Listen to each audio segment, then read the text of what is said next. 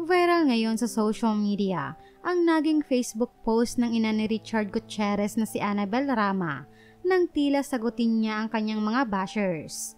Hindi lingid sa marami na inililink ngayon si Richard sa aktres na si Barbie Imperial matapos na mamataan ang dalawa sa South Korea na di umano'y magkasama.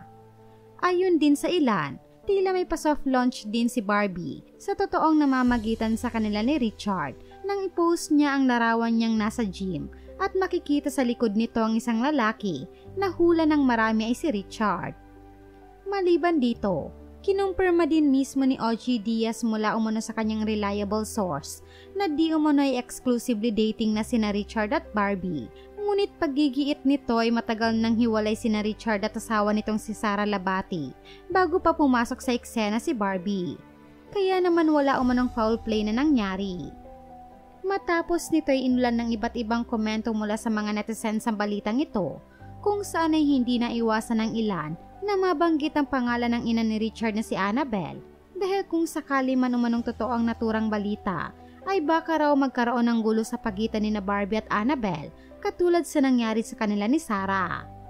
Pabiro ding sinabi ng ilan na parehong dal pa naman umano ang dalawa dahil parehong pangalan ng mga dal ang Barbie at Annabel. Dahil dito, makalipas ang ilang araw ay tila may palaban na sagot si Miss Annabel sa mga komentong ito ng ilan kung saan sinabi niyang hindi lalaban si Annabel Dal sa kagandahan ni Barbie Dal dahil makinis daw ito, maputi at maganda. Buong pahayag ni Miss Annabel, "Hoy, yung walang magawa sa buhay, tumahimik na kayo kasi si Annabel Dal hindi lalaban kay Barbie Dal. Maganda, maputi at makinis. Ang gusto makalaban ni Annabel Dal si Chucky. Alam niyo na kung sino yun. Hahaha, happy ka na?" Samantala, hindi na iwasan ng ilan na tanungin kung sino daw ba ang tinutukoy nitong Chucky sa kanyang post. Isa sa pabirong nagtanong nito ay si Senyora.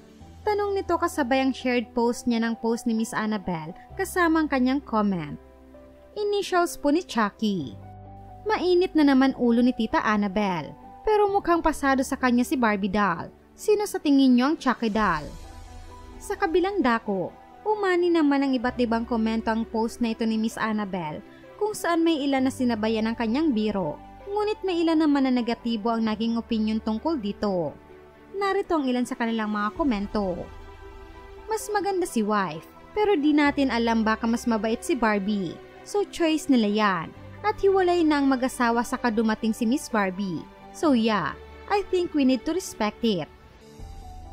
Naku manang, wala pa ring tatalo sa original na asawa ng anak mo. Ina pa rin siya ng mga apo mo. Mas maganda pa rin siya kesa kay Barbie Imperial.